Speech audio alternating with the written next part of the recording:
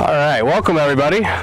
First off, I want to say thanks for coming out to the Sift Farm. It's been my third year out here, so a lot has changed and we're definitely got a lot of different projects going on. First off, I kind of want to explain what the Sift Farm is. It stands for Small Scale Intensive Farm Training, and we kind of use that as a way of doing research of different organic methods that are applied to more of a market gardening setting. And we use that as information to relay back to local producers as well as local gardeners in the area. So a little bit of our challenges in Butte here is, as you guys probably understand a little bit, it has a very unique weather pattern compared to even just Whitehall. We get a little bit more rain than Whitehall, but at the same time, they have a large river, and we get a lot of the cold snaps that set in here really quickly. We typically shoot for about a 70-day growing season between frost, and that's with about an 85% degree we're sure about that. So this year we're sitting around 100 days, and we had our last hard frost about June 11th. And that went down to 25 degrees out here. And we're also looking at that, I think it was September 15th or something like that, we also saw 25 degrees. And so part of what we do to kind of battle that is we work on season extension tools. These hoop houses around here are great for a lot of our crops that we grow that are not frost tolerant. So tomatoes, peppers, eggplants, beans, squash, all of those things are more protected in these hoop houses. And then as well, we have another hoop house back here. The differences between these, basically each one of these probably costs about $1,500 to build yourself. And they protect about 5 degrees air temperature. And so if you think about that, we're about 27 degrees is when we have crop killing frost. But then within that we do row covers, and that can add a few degrees. That's not the best as far as air temperature, but one of the biggest benefits we've had with these is it heats the soil up, so we get a good start to the season a lot earlier. That's one of the biggest benefits. And then as you transitioned over this hoop house back here, which is a little hard to see because the coop's here, we move this coop back and forth with our chickens, and they kind of do our weeding and fertilizing for us. That one is wider, and it gets better airflow during the summer. And that's one of the other big issues we want to talk about, just because the cold is not our enemy necessarily. One of the big things is heat. So you start creating an oven, at this elevation during the summer. We got, 3 months to grow, and so one of our big things is we're always having shock to our plants with the heat and the cold, and the heat and the cold. So our yields are not nearly as high as some of the other valleys. So this one actually vents out air quite a bit better, and as well it has a layer on top that we pump air into, and that allows for an extra layer of insulation. That one usually we can get down to about 22 degrees without having any frost killing the plants. So there's been big benefits from that, but at the same time it's more about the variability in the climate. That's something we can't predict, and so that's why we just expect for the worst. So out here is where all the stuff is that is frost tolerant, and we have a crop rotation system, so everything always gets transferred one way or the other. The only thing blocking us up is we had a perennial strawberry bed here for a while, so we're still kind of reworking things with that. Another way we deal with the weather is timing. We start growing in March, mid-March. That's when we start all of our tomatoes and peppers, our longer yielding to maturity vegetables. And what I've come to find is if you start too early, you are going to run into a lot of problems. For instance, this year I transferred some lettuce out here, and 3 weeks later I direct seeded. Well, the direct seeded lettuce overtook the other one. So there is a true limit to what we can start with here. And I get the question all the time, is like, well, why don't you start earlier? You have these greenhouses. And the truth is root balling happens. You get all kinds of nutrient depletion, and especially when you have them in their own pots. So those are some of the issues that we deal with. So another one is selecting of varieties. So we typically select varieties that are within 70 days of maturity, kind of just because that's our window. Every time you transfer a plant, it takes a hit. So we're really working on trying to find out how early we can start which plants and which plants are going to work well in certain areas. Most of the varieties we've selected, we always compare against others. We have a strong goal of selecting seeds from Montana, so we're trying to transition, but at the same time we like to compare varieties from other regions too. So, we'll be taking Northwest and New England varieties and test them against things that are grown in Montana and see what works from Montana grown in Butte. So it's a big challenge we have. I kind of talked about the heat issue. I found that we have a huge issue with bolting. A lot of times we are growing cold season vegetables in the middle of the summer because that's our window and we're forced to do that. So I've actually been looking at more heat resistant to bolting varieties. So for instance, there's a Nero Tondo radish. It's a black radish. Very spicy actually, but we had huge success with that because come the middle of summer, I mean, if you guys experienced at all this summer, we went from winter to 100 degrees throughout the entire summer and no rain, nothing. So we had a big issue with that, and not to mention all the smoke in the sky. So we're also looking at those different situations. The same goes for things like bok choy. We have a big issue with some of the varieties bolting, so we kind of selecting varieties based off of what works and what tastes best, because that's the other big half of it. We're challenged with building a local food system in Butte, which never has really taken to the idea. It's more of a meat potatoes kind of place, and so we're really trying to push local produce and trying to get people interested and on board with our initiative. So. I also want to take you guys into the greenhouse and kind of show you some of our other projects. Yeah, I want to talk about some of our goals for sustainability. Sustainability is kind of a broad term, and so I like to define my goals at least. One of my big goals is environmental sustainability. We really want to make sure that we're not, using petrochemicals, we're not having all kinds of additives of fertilizers and such, pollutants and stuff. So we do not use any of that out here, as well as we're looking at conserving water, electricity, all those other things. Water is probably our highest utility, and so we really look at that. We have very minimal electrical usage around here.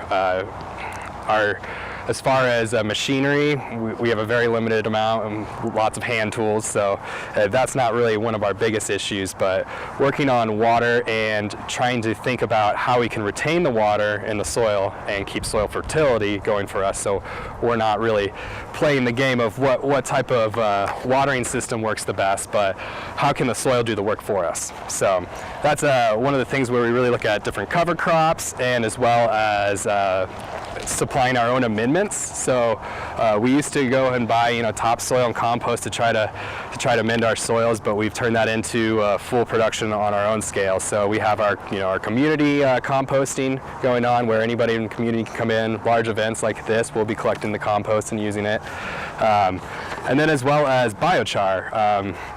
We've been doing a little bit of study into biochar. It's an interesting concept. It's not a fertilizer, and really what it does is the carbon that you break down is the house for all the biotics in there. So we're really looking at bacteria and the fungi count in the ground. So we use a couple different methods to look at that. Haney test is a good method. It kind of gives you a level of the organic matter and the fungal count and stuff like that. So what we're doing is we're making our own biochar. It's just started kind of, but when I first came here I thought it was a stove. Cooked on it a few times until I figured out what it was really for. But basically we're getting to the point where we're trying to figure out, in comparison to products out on, commercial products out there, what can we make and is it as successful and what can the benefits be? Biochar is not something you need to add to your soil continuously. It's really just to get that house in there for the biotics to live in, and then you create the fungal count and the bacteria. So one of the things about biochar is if you add that directly into the ground, you can have quite mixed results, I guess. pH can be an issue. It can actually lock nutrients out from the soil. And so what the important part is to use it as the house for the culture. So the way I think of it is the compost is the yogurt.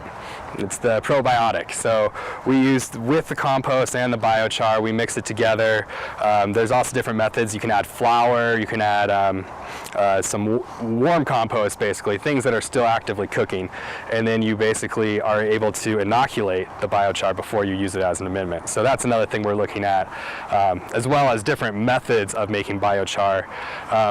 This biochar kiln back here is built on a rocket stove method, and its purpose is to use a lot less combustion of wood to create the final product. And so we're going to be looking at a couple different methods of creating biochar so that we can see what is more effective. I mean, there's a lot of scrutiny about biochar. More combustion, more release of carbon dioxide and stuff. How can that be sustainable? And in no way are we saying that this is an answer for large-scale farming, but for small scale, it could be, especially drought. Places that see a lot of drought, we're trying to look at ways to create more fertile soils to hold that moisture into the ground and wick it in too. I've redefined what weeds are in my own books.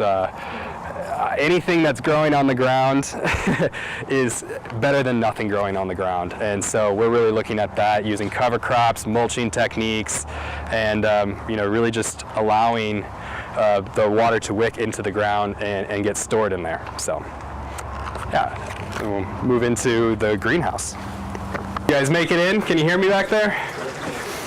So these are some projects that we work in our greenhouse. This is where we do all of our plant starts, as well as we do microgreens to extend our season. Another way we look at sustainability is risk management, and so we really try to have year-round income of some sort. Obviously, it's really hard. At some point, these greenhouses have been freezing on us, and we cannot get full year-round growth in here. And then we also have a greenhouse over there that we get a little bit more of our season out of. We can typically start seeding in there in February, and it's a lean-to onto the actual building, so we get the insulation from the building. But in here, we can typically hold more than 15 degrees above the temperature outside, and so when we're stuck seeing negative temperatures for a week, we will fall below freezing in here, and without minimal added heat, which we really try not to do. We're not trying to input large amounts of heat or anything like that. This is a greenhouse is built for winter growing. In fact, we had a bit of an issue, and so this top layer had to get another layer of Solex up there so that we could get summer light, because otherwise everything becomes really leggy and tries to reach for the light. We wanted to play around with the hydroponics idea, so we have this system that we built. One of my issues about hydroponics is I don't really think that the nutrient solutions are necessarily sustainable. I try to stay away from commercial products. So we have 2 different reservoirs at work, and we've tested different methods. And one of the most interesting things this year is we've actually been able to get off of the commercial products, and we only use our compost teas. So we are taking our compost, we are running it through there. It drips through 3 layers. We have worms in there, so we're getting the worm castings and everything, and as it drips through that, we usually run about 2 or 3 times through there. But what you get is, this basically a steeped version of compost, and the biggest issue with that is if you don't get enough oxygen in there, it goes to anaerobic, and you end up with all kinds of root problems, and that's why we just have basically a simple air stone in there. We run air through there for 24 hours, and then we can add it into here. And other than a few little, we add just a few little things to balance it out. Sometimes some root guard to make sure that we can balance the bacteria on the root. But for the most part, it's been very, very interesting, and we've actually been successfully to get off of there, because I would love to do more of an aquaponics. I know, especially out in Livingston, they do lots of really interesting projects out there, and they even use the trout. So trout work better in a colder water, so that's a very that's one good aspect for it. But we can't really, I guess, justify it if we can't grow year-round here. What do you do with the fish afterwards and such like that? So we're still working on another problem in this greenhouse specifically, and that's in the summer it becomes an oven. So we're still working on different venting ideas and stuff like that to really flush the hot air out. But for the most part, this has been a little sanctuary for us to really start our plants early in the season, and a little extra added income late into the season. So that's where we are with this part. So how is this funded? This project, we are funded through AERO, mostly. AERO is a kind of a feedback from NCAT that gives information to different farmers across the country. So it's a call service, as well as we have publications that are written by sustainable ag specialists across the country. So we have people out in New England, Arkansas, California, Texas, and so we kind of just adjust those calls to people from more of those regional areas. So Montana Tech doesn't have them? No. Yeah. Well, we have looked into different ways to partner with them, especially with remediation and stuff like that. Robert Powell, I believe, is the professor up there, and he has done great work with the greenhouse up there, but more of a focus for remediation of, minelands and stuff like that. So. And then I guess the last part, I'll just kind of filter through here. So this is the other side of the room, and this is where we do most of our plant starts. But as well, we're kind of working on propagating off of our own strawberries. So we take the runners, we put them into little pots, and as soon as they start taking root, we'll cut them off and we'll kind of expand them.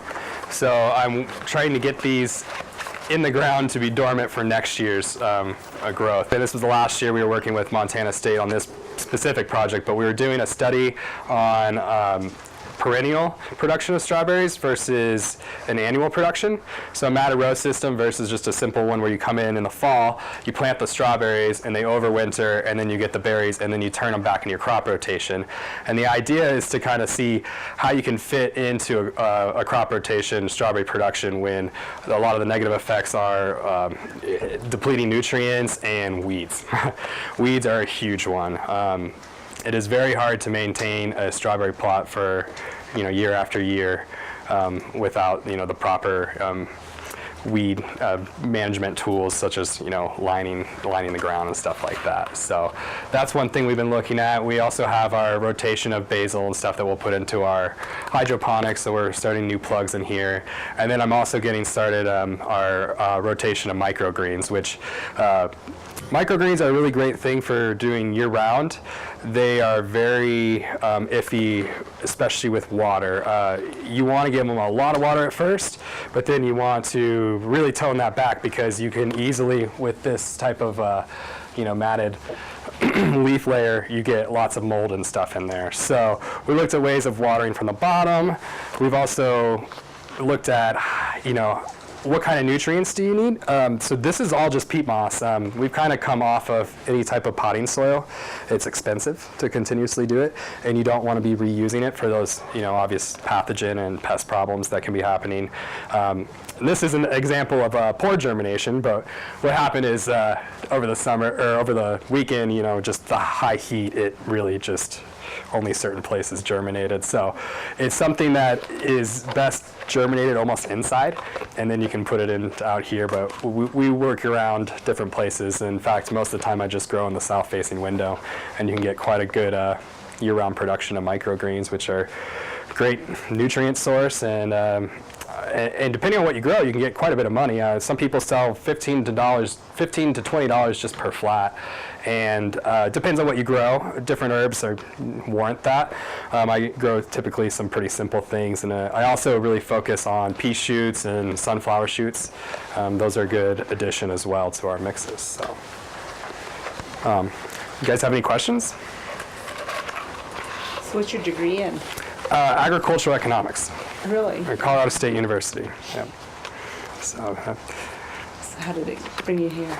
Oh, well, my girlfriend got into tech. She's a hydrogeologist for the DEQ now, and so I came up here, and I think like some of us, we're really lucky to have an ag job in Butte. So it's really, we're really fortunate. So. I also lived and worked on a small sustainable farm in Steamboat Springs. I lived in a sheep shed for a summer at least, so that's kind of where my passion for it came, and so getting back into it was really And great. in that sheep shed, they were growing things instead of having sheep? Or they had sheep? No, it was a glorified bunker. I don't know exactly how to put it, but so. Anybody else have any other questions? Do you publish your findings in a way that we can use in our own practices? Well, a lot of the... Can't hear the question, so. The question is, do we publish our findings?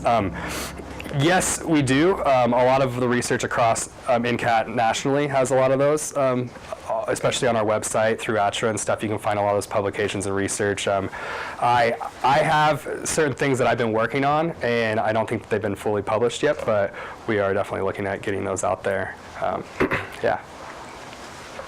What about marketing? How do you market things? Marketing, yeah, it's a really good question. Butte's been a bit of it's been an uphill battle, I'd have to say.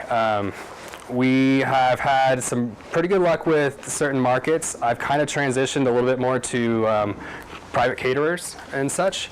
I have built our own markets. We do a farm stand out here, and for the most part, that took care of the majority of our sales. We were really successful with that. And then as well, we kind of partnered with Headframe Spirits, and Headframe Spirits has allowed me to set up a vending table in there. And it was great because rain or shine, they don't close. So it's really nice to have something that I can guarantee a place to sell vegetables. We've looked into getting into a lot of restaurants around here. We've had a little bit of success. Places like Bread Underground, they'll use a lot of my herbs. They make soups and stuff with our vegetables. And then for the most part, that's been about all of our sales right there. We've really wanted to work with a couple other restaurants, but it's hard to get them to work on fluctuating menus. It's been a big issue for us. They're kind of stuck on their ways, and it's hard to get people to start thinking about different ways to use vegetables or different vegetables to use. I mean, that's why I prefer one of the caterers I go with, because I can just let him loose on the farm. He'll go take parsnip greens, he'll get cilantro roots, things that I can't necessarily market, and find really good use for that. So that's a big step forward for us.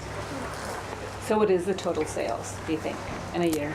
Our total sales, typically we're about $5,000. It's not that much, but we're really working on covering all of our input costs, and so that's the biggest thing. We're also minimizing our input costs, so that line gets fluctuated a little bit. So, yeah. Any other questions? You think about implementing like a CSA at all then? I did one CSA. I wanted to guarantee that I could actually have the product for it. So it was someone I knew, someone who I could work with. But even that, I mean, it's hard. At the beginning of the season, when you have leafy greens and green onion and not a large variety of vegetables, it's hard to get people to jump into that. But yeah, I mean, that would be really beneficial, especially when we get down to higher yields and such like that. But yeah, and having people that aren't picky, that's the thing. That's the biggest thing about CSA. Is one of the biggest complaints I've heard is like, oh, I don't know what to do with this and this and this. Now I have to go to the grocery store and buy different things to make it work. So I've kind of worked on packaging those things that go well together, and I think that might be something to work with. But yeah, that's a good question. And so does any of it go to the schools at all? No? All the stuff that I've kind of just showed to you does not. It is more of the Sift project for regaining input costs and such like that. But the rest of the area, and I think Andrew's going to talk about that too as well, is kind of more of a partnership with Food Corps, YMCA's out there growing, food banks out there, and they have stuff. And so together with all of that, some of it does go out there. And anything extra and stuff we donate. My name's Andrew Coggins. I'm the Sustainable Project Coordinator for Montana at NCAT here in Butte. And my primary role really is to support John with the vegetable production and planning that you've just seen around the area. Also to roll forward with new projects, and also to roll forward with getting new funding opportunities and talking with other organisations to get research equipment, etc. moving forward. So the first project, or one of the first projects we're involved with, we're standing in now, which is looking a little bit sad as it closes up for winter, but this is now a fruit tree area just here. And if we work from left to right across there, the ones on my extreme right are Nanking cherries. Now Nanking cherries themselves are fairly native to Montana now. They can be got from the Missoula Conservation Agency for next to no dollars. And the only reason we put them in there is we have a base against which to measure new varieties coming out. The next variety alongside is called Carmine Jewel, and that's a bush cherry. And like a lot of these new varieties now, this has come from Saskatchewan. It's a Zone 3 / Zone 2 plant. We're not going to mulch them during the winter, and I'll explain that in a minute of why. But being a Zone 3 / Zone 2 plant, they'll be fine as they are. The main reason for bringing these new varieties is to actually increase yield on them, and also to increase sweetness with some of these fruits. A lot of these fruits that grow in Montana, you'll notice, are quite bitter and primarily used for cooking and preserving as opposed to eating. And the other reason they research these fruits is yield. So we've had a speculative figure that probably in 4 or 5 years growth, these things will produce in between 6 and 15 pounds of fruit per bush, which at the minute is research, but will feed into the farmers markets and everything else we service with the vegetables that you've seen across the middle there. These two sets of guides, rows 3 and 4 here, these are actually honeyberries, and rather than getting new varieties of cherries in, we're actually getting now new species into Montana. The precipitation, despite the weather today, is actually very low on an average year, 12 to 14 inches. And we've already mentioned the frost that can come very late in the season and start very early towards winter too. So even though you'll see a lot of these fruits being grown, say, in Corvallis, in the Bitterroot Valley, you actually have a look at the Bitterroot Valley specs, the altitude, the climate. So we're quite justified, and we feel quite justified in growing these varieties here too, to test in this particular climate. Any questions on the fruit particularly? We're not going to mulch them, no. We've actually had advice not to mulch them, simply because they're cold hard enough as they are. And if you mulch them, you might actually encourage insect pests around the root systems and the stem. So we're literally taking them as they're seen on the packet. These things are supposed to survive severe winters, so they will be left as they are to survive severe winters. Yeah. I'm sorry? Consistent snow cover? You have consistent like snow cover? It depends very much on the year. It's to a degree it's the same with frost, and it's if you get the snow cover first and then you get the frost, the snow kind of acts as a thermal blanket. If you get the frost first and then the snow on top, it's the complete opposite. It causes immense problems. If that answers the question, yeah. But snow here in Butte is not consistent usually. I mean, it stays on the ground for weeks on end, but not in a complete pattern from, say, October through to February, March time, you know, yeah. Get a lot of deer? We don't at the minute, no, but the more interesting we get, the more deer we will probably get visiting us. The area behind us, for anyone that doesn't know, is actually a water catch. It's not us, it's Butte Silverburn. It's a water catchment area. Primarily for the water coming down off the mountains and the interstate, etc. I would explain why we actually go past our resident livestock too, that was a little bit of a misnomer on there, and that the livestock, we do have livestock in here. They're not ours, they belong to an NCAT colleague of ours. And we bring them in 2 or 3 to 4 times a year to actually graze specific areas of the farm that you see, and the 2 acres over the far side there. So we don't technically have them here, but we do get livestock in here. We just have the chickens here full time. if we can just go now around the edge of the chickens to the other area.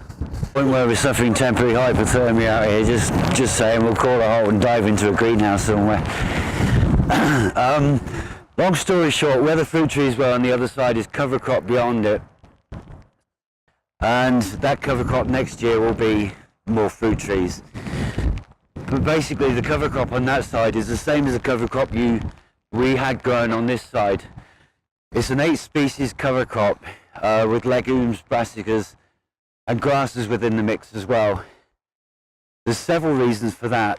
One that sparked our interest initially with this is that if you start to go across Montana and you visit people like Gabe Brown, for instance, in Dakota, and his holistic farming, where people are actively growing cover crops, the 8 species of different varieties do various things to the soil, but at its most basic, 8 species give you insurance protection. But if 2 fail, as 2 did here this year, I think it was Phacelia and millet, you've still got 6 species working to benefit the soil. So this is becoming more and more popular. In years past, on the Sift Farm here, they've used single species and double species cover cropping, either Phacelia, cereal rye, vetch, in 2 or 3 combinations. But now moving forward, we're trying to mimic what's happening across the wider state and across the wider area. The other reason we're doing 8 species cover crops here is that we're trying to illustrate everything that all the benefits that cover crops bring to soils. And we start with things like improvement of organic matter, improvement of soil structure, improvement of water retention, improvement of water infiltration, weed suppression. So we've perhaps gone a little bit overboard here, but we're trying to demonstrate to everyone all the advantages of cover crop covering in one area. Just the other day we did soil infiltration tests here as well. Soil infiltration tests, you can look them up anyway, they're very, very, very simple. You just have a tube and you pour water into the centre of that tube and you measure the time it takes for the water to dissipate from the tube into the ground. We pour 1 set of water in first to get the ground saturated. We pour a second set of water into a pre-described measurement and take the time it takes for the water to dissipate through the soil. And that gives you your soil permeability, as you will.